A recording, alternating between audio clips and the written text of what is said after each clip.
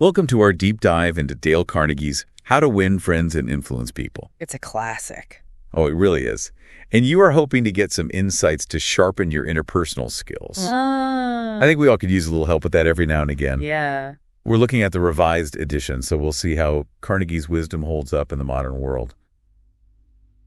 Did you know that this book actually started as a course for business people? That's right. He was teaching public speaking, and along the way he realized that his students needed more than just eloquence.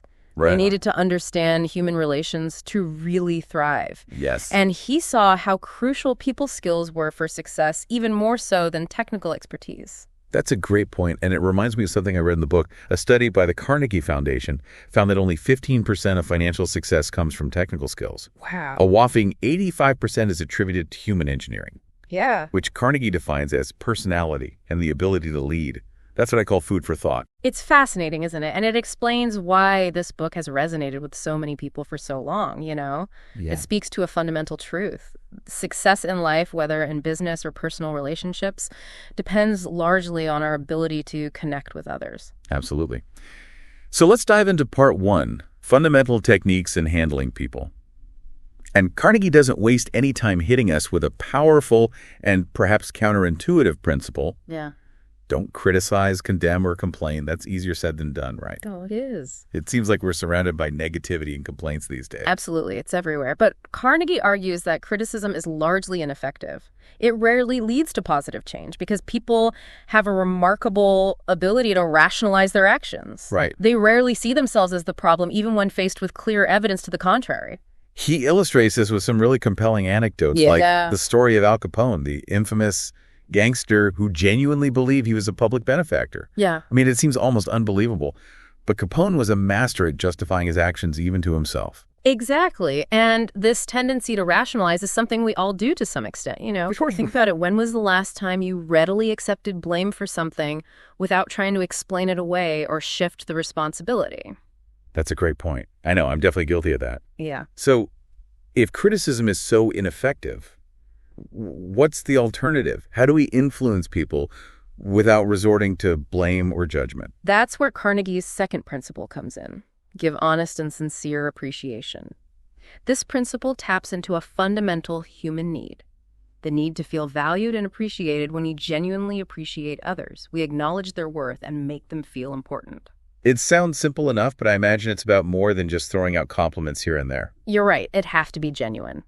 Carnegie stresses the importance of finding things to appreciate that are authentic and specific. He tells the story of an employer who transformed his entire workplace by making a conscious effort to appreciate his employees. Even the janitor who had previously felt invisible was touched by the employer's genuine words of recognition. That's a really inspiring example. Mm-hmm. It shows that appreciation can have a ripple effect, creating a more positive and productive environment. But what about when we genuinely need to address a problem or give feedback? How can we do that effectively without resorting to criticism? That's a great question, and it leads us to Carnegie's third principle, which is all about understanding and leveraging motivation. Arouse in the other person an eager want. Instead of focusing on what we want, Carnegie suggests we shift our attention to what the other person wants and show them how to achieve it. He uses a brilliant analogy to illustrate this point, a father and son struggling to get a calf into the barn. Oh, yeah. They're pushing and pulling, but the calf is resisting with all its might. And then the Irish housemaid comes along and puts her finger in the calf's mouth, allowing it to suckle as she gently leads it into the barn. She understood what the calf wanted, and she used that to get it to do what she wanted. It's a brilliant illustration of understanding motivation. But how does this apply to, say, giving someone feedback in a work setting? Imagine you need to provide feedback to a colleague who's consistently missing deadlines. Instead of criticizing their lack of time management, you could focus on their desire for career advancement. You might say something like, I know you're ambitious, and meeting deadlines is crucial for showcasing your reliability and commitment to our team's success. You're appealing to their desire for growth and recognition, framing the feedback in a way that aligns with their goals. That makes a lot of sense. Instead of criticizing the problem, you're focusing on the positive outcome they desire and showing them how addressing the problem can help them achieve that outcome. It's a subtle but powerful shift in perspective. Exactly. And you'll see this theme of understanding and appealing to the other person's wants and needs throughout the book. It's really the foundation of building genuine connections and influencing people in a positive and ethical way. Okay, so we've covered 3 fundamental techniques. Don't criticize, give sincere appreciation, and arouse an eager want. It's a lot to take in, but I'm already starting to see how these principles can apply in so many different areas of life. Yeah. But there's more to come. In part 2, we'll explore Carnegie's 6 ways to make people like you. So stay tuned. Welcome back. Let's explore part 2 of Carnegie's book. Ooh, 6 ways to make people like you. Yes. This section, I gotta say, really piques my curiosity because it gets to the heart of building genuine connections. Absolutely. And you know me, I'm all about those authentic relationships. But I have to admit, the title makes me think of those cheesy pickup artist tactics, all about manipulation and tricks.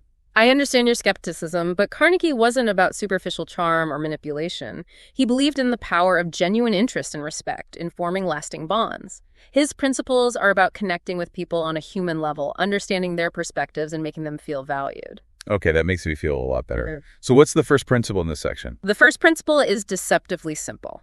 Become genuinely interested in other people. That sounds easy enough on the surface, but I think we all know it's harder than it seems in practice. In our fast-paced, self-absorbed world, it's easy to get caught up in our own little bubbles and forget to genuinely connect with others. You're absolutely right. It takes conscious effort. Carnegie emphasizes that this interest has to be genuine, not feigned.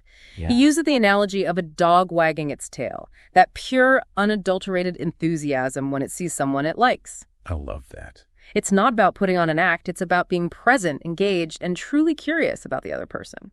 That analogy is so vivid, and it reminds me of something else Carnegie talks about, Napoleon's attempts to win friends through sheer force of personality. Right. He had charisma and power, but he lacked genuine interest in others, and ultimately he died, and a lonely man feeling isolated and betrayed.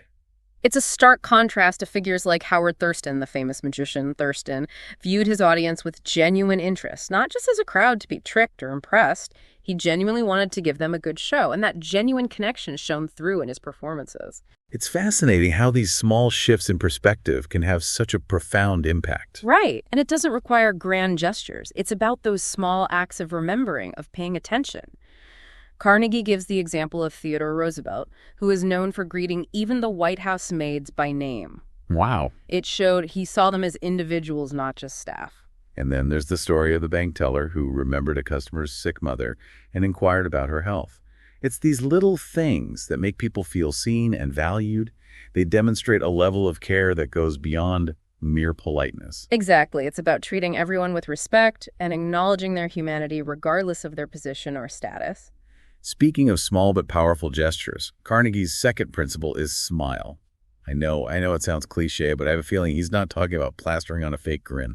You're right to be skeptical of the just smile more advice that's so prevalent in self-help, but Carnegie's point is about reflecting genuine warmth and goodwill, not forcing a superficial expression. He tells the story of a man who consciously decided to smile more and noticed a positive shift in his business and personal life. People responded to his warmth, and he felt happier as a result. There's something contagious about a genuine smile. It disarms people and creates a more positive atmosphere. It's like a little gift you give to everyone you encounter, and it costs you nothing but a little bit of effort. Okay, here's a principle I know I need to work on.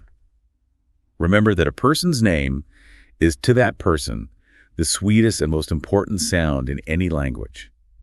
I am terrible with names. I meet someone, and 2 minutes later, their name has vanished into thin air. You're not alone.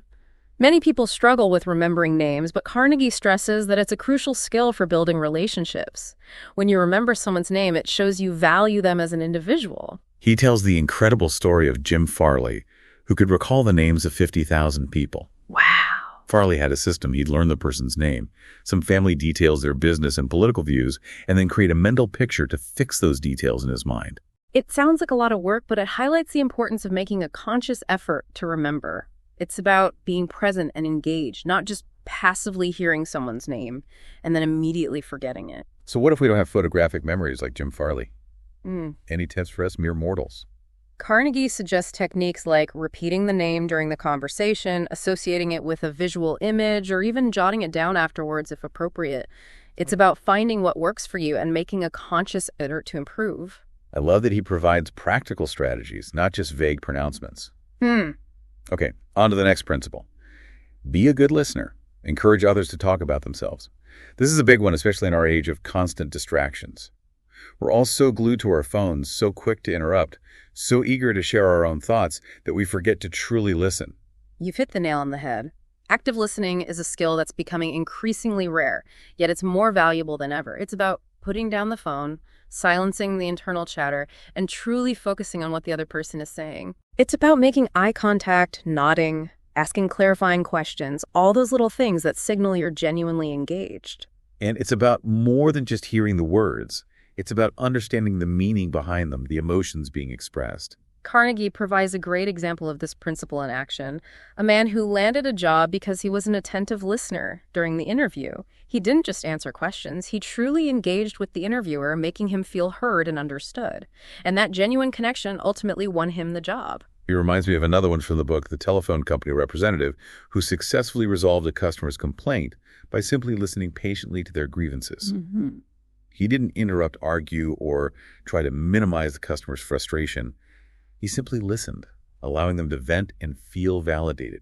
And that simple act of listening transformed a hostile situation into a positive one. It's powerful stuff when we truly listen. We create a space for understanding and connection. We make the other person feel valued and respected, which can have a transformative effect on the interaction. This next principle builds beautifully on the idea of understanding the other person.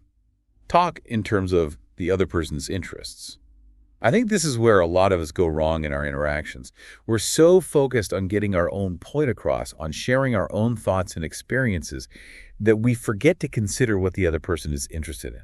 It's a common mistake. Carnegie uses the analogy of baiting a hook to suit the fish. Ooh, I like that one. If you want to catch a fish, you don't use bait that you like, you use bait that the fish likes. It's the same with people. If you want to connect with someone, you need to talk about things that are relevant and interesting to them. It's about shifting the focus from what I want to what they want. He gives the example of a sales letter that flopped because it focused solely on the company's desires, not the potential customer's needs. Instead of highlighting the benefits to the customer, it was all about what the company wanted to achieve. Right. And Carnegie provides other examples that hit closer to home, for instance. If you want your kids to stop smoking, he suggests talking to them about how cigarettes can hinder their athletic performance or social life, rather than lecturing them about the health risks.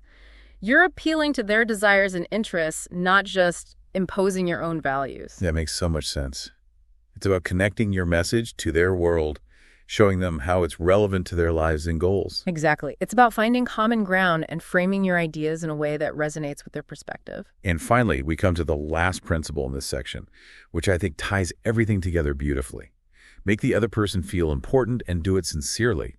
This speaks to a fundamental human need, the desire to feel valued and respected. It's such a powerful principle, and Carnegie shares some truly inspiring stories of people whose lives were transformed because someone made them feel important. Like the man who was given a Packard car simply because he expressed sincere admiration for the owner's possessions. It wasn't about the car itself. It was about the feeling of being seen and appreciated. And there's the story of the art teacher who helped a struggling student blossom by recognizing his talent and making him feel valued. Sometimes all it takes is a kind word, a gesture of encouragement, or simply taking the time to truly listen to someone to make them feel important. These stories highlight the profound impact we can have on others when we make a conscious effort to acknowledge their worth. It's a reminder that kindness and respect are not weaknesses. They are powerful tools for building meaningful connections. Absolutely. And these 6 principles taken together provide a roadmap for fostering genuine, authentic relationships built on mutual respect and understanding. They're not about manipulation or tricks. They're about treating others the way we want to be treated, with kindness, empathy, and genuine interest. Okay, we're making great progress, but there's still more to explore. In part 3, we'll delve into Carnegie's 12 principles for winning people to your way of thinking. It sounds like this section is all about persuasion, but I have a feeling it's going to be much more nuanced than that. You're right to be wary of anything that sounds like manipulation, but I assure you, Carnegie's approach to persuasion is rooted in ethics and respect. He believed that true influence comes from understanding empathy and finding common ground, not from coercion or trickery. I'm intrigued. Let's take a break and then dive into part 3. Okay, we're back and ready to unpack the final part of how to win friends and influence people. This section focuses on winning people to your way of thinking, which sounds a bit intimidating. I understand. I'm picturing aggressive salespeople using shady tactics. I understand your hesitation. The idea of winning someone over can seem manipulative if it's not approached with integrity.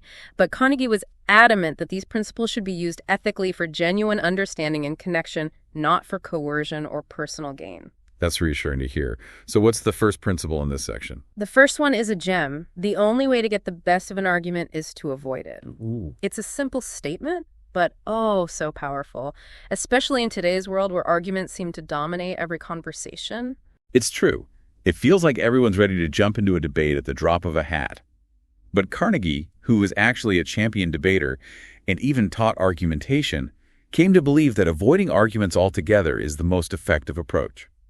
Why is that? He found that arguments rarely change anyone's mind. Instead, they often create defensiveness and resentment, damaging relationships rather than building them. Think of the last heated argument you had.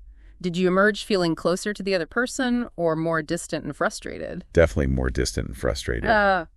Carnegie tells a story of a salesman who became incredibly successful by learning to avoid arguments. Instead of trying to prove customers wrong, he would find common ground and gently guide them towards his perspective. Exactly. It's a strategy that requires patience and humility, but it's far more effective in the long run. Okay, this next principle ties in nicely with avoiding arguments. Show respect for the other person's opinion.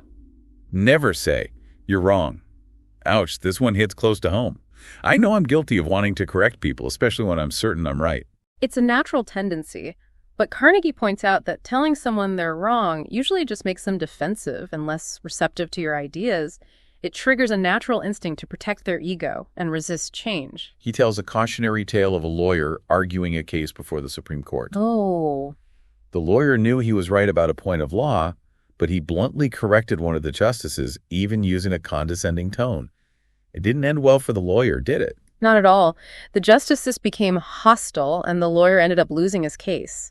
It's a stark reminder that even when we're right, our approach can make all the difference. Carnegie also quotes psychologist James Harvey Robinson, who observed that most of our so-called reasoning consists in finding arguments for going on believing as we already do. It's a sobering thought. We like to think we're rational beings open to new information, but often we're just looking for evidence to support our existing beliefs. It's a powerful insight into human nature. We're all prone to confirmation bias, seeking out information that confirms what we already believe while dismissing evidence that challenges our views. So how do we overcome this tendency to cling to our own rightness? This brings us to a crucial principle, one that requires a great deal of humility. If you are wrong, admit it quickly and emphatically. Admitting fault is never easy, but I can see how it would disarm the other person and create an atmosphere of trust and respect. Exactly. Carnegie shares the story of a man who took responsibility for a mistake, turning a tense situation into a positive one. Instead of making excuses or shifting blame, he owned up to his error, earning the respect of those around him. It's a reminder that acknowledging our fallibility can actually strengthen our relationships, not weaken them. Absolutely. And Carnegie highlights a powerful example of this principle in action. Robert E. Lee taking full responsibility for the disastrous Confederate defeat at Gettysburg, even though many factors contributed to the loss. His willingness to accept blame rather than deflecting it solidified his image as a leader of integrity. That's a powerful example of leadership. It takes courage to admit our mistakes, but it can have a profound impact on those around us. So we've talked about avoiding arguments, respecting opinions, and admitting when we're wrong. What's next? This next principle is all about setting the right tone for an interaction. Begin in a friendly way. Again, it sounds so simple, but how often do we rush into conversations, especially difficult ones, without taking a moment to create a welcoming atmosphere? It's easy to let our emotions dictate our approach, but Carnegie stresses the importance of starting on a positive note. He uses the fable of the sun and the wind to illustrate this principle. The wind tried to force the traveler to remove his coat, but the harder it blew, the tighter the traveler clutched it. But the sun gently warmed the traveler, and he willingly took off his coat. It's a beautiful analogy. It reminds us that warmth and gentleness are often more persuasive than force or aggression. Exactly. And Carnegie emphasizes the importance of getting the other person saying yes, yes early on in the conversation. Okay, that sounds a bit manipulative at first glance. I'm picturing someone using a bunch of leading questions to get the other person to agree with them. It's not about trickery. It's about finding common ground, establishing points of agreement. When people start saying yes, they're more likely to be receptive to your ideas. Carnegie tells the story of a bank clerk who managed to turn a hostile customer into a friendly one by simply getting him to agree with a few statements. It's about building momentum and creating a collaborative atmosphere. It makes sense. When you start from a place of agreement, it's easier to bridge the gap to other ideas or perspectives. So we've talked about starting with friendliness and finding common ground. What's next? Carnegie then emphasizes a principle that's especially challenging in our self-promotion-obsessed culture. Let the other person do a great deal of the talking. We're often so eager to share our own thoughts and experiences that we forget to truly listen to others. Oh, I struggle with this one. It's so tempting to jump in and offer my own opinions or stories, even when the other person is clearly still processing their own thoughts. It's a common challenge, but Carnegie reminds us that people are more likely to be persuaded by ideas they feel they've come up with themselves. He tells the story of a salesman who literally lost his voice and ended up winning a huge contract simply because he let the client do all the talking. The client felt heard, understood, and ultimately persuaded by his own arguments. It's a reminder that sometimes the most powerful thing we can do is simply create space for others to express themselves. And it leads to the next principle, which builds on this idea of empowering the other person. Let the other person feel that the idea is his or hers. That's interesting. How do you guide someone to an idea without making it feel like you're imposing your will on them?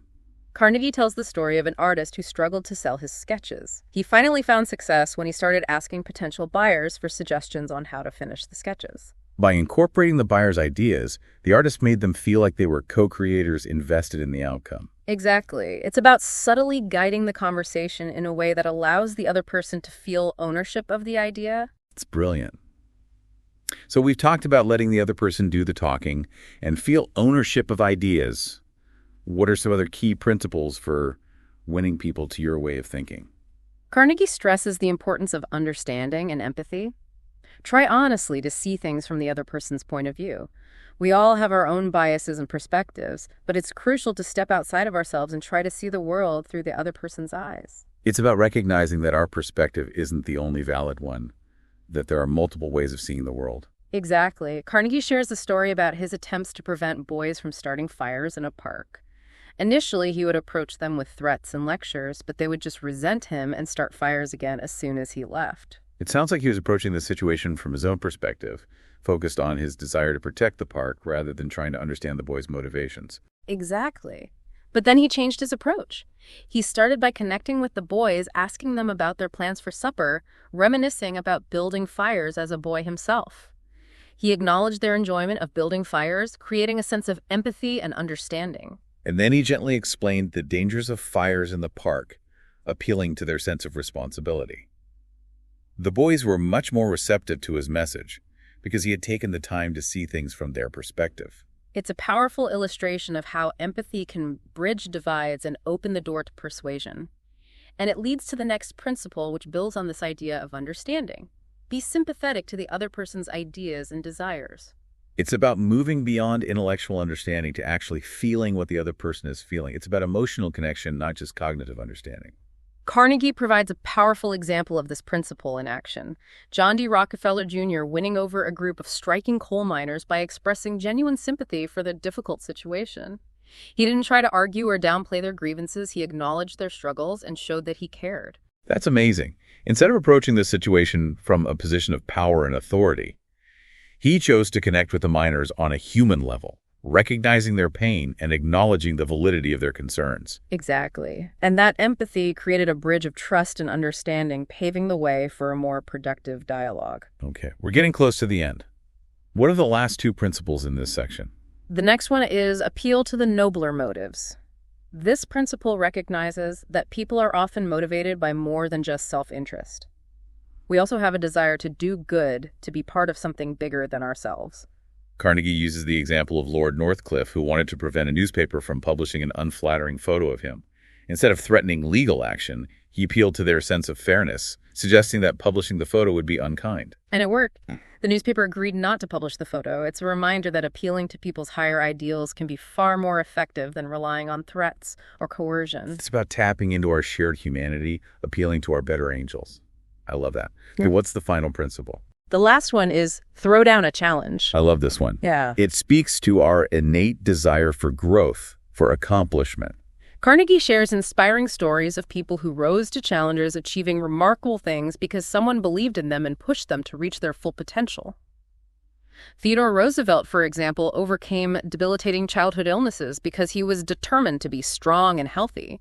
And Al Smith, when tasked with finding a warden for the notorious Sing Sing prison, challenged Lewis Laws to take on the job, telling him it would require someone extraordinary to succeed. And Laws accepted the challenge, going on to become one of the most respected wardens in history. These examples demonstrate the power of a challenge to ignite passion and inspire greatness.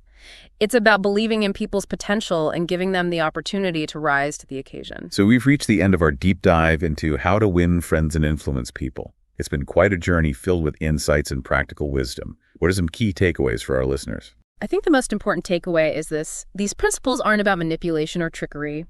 They're about understanding human nature and building genuine connections based on respect, empathy, and a sincere desire to understand others. It makes you wonder if these principles were more widely applied, how they could transform our workplaces, communities, and even global relations. It's a beautiful vision, one worth striving for. Absolutely. So as you go about your week, choose one principle that resonated with you and try to put it into practice. See how it impacts your interactions, your relationships, and your overall sense of connection with the world around you. And be sure to tune in next time for another deep dive into a topic that sparks your curiosity. Until then, keep learning, keep connecting, and keep being awesome.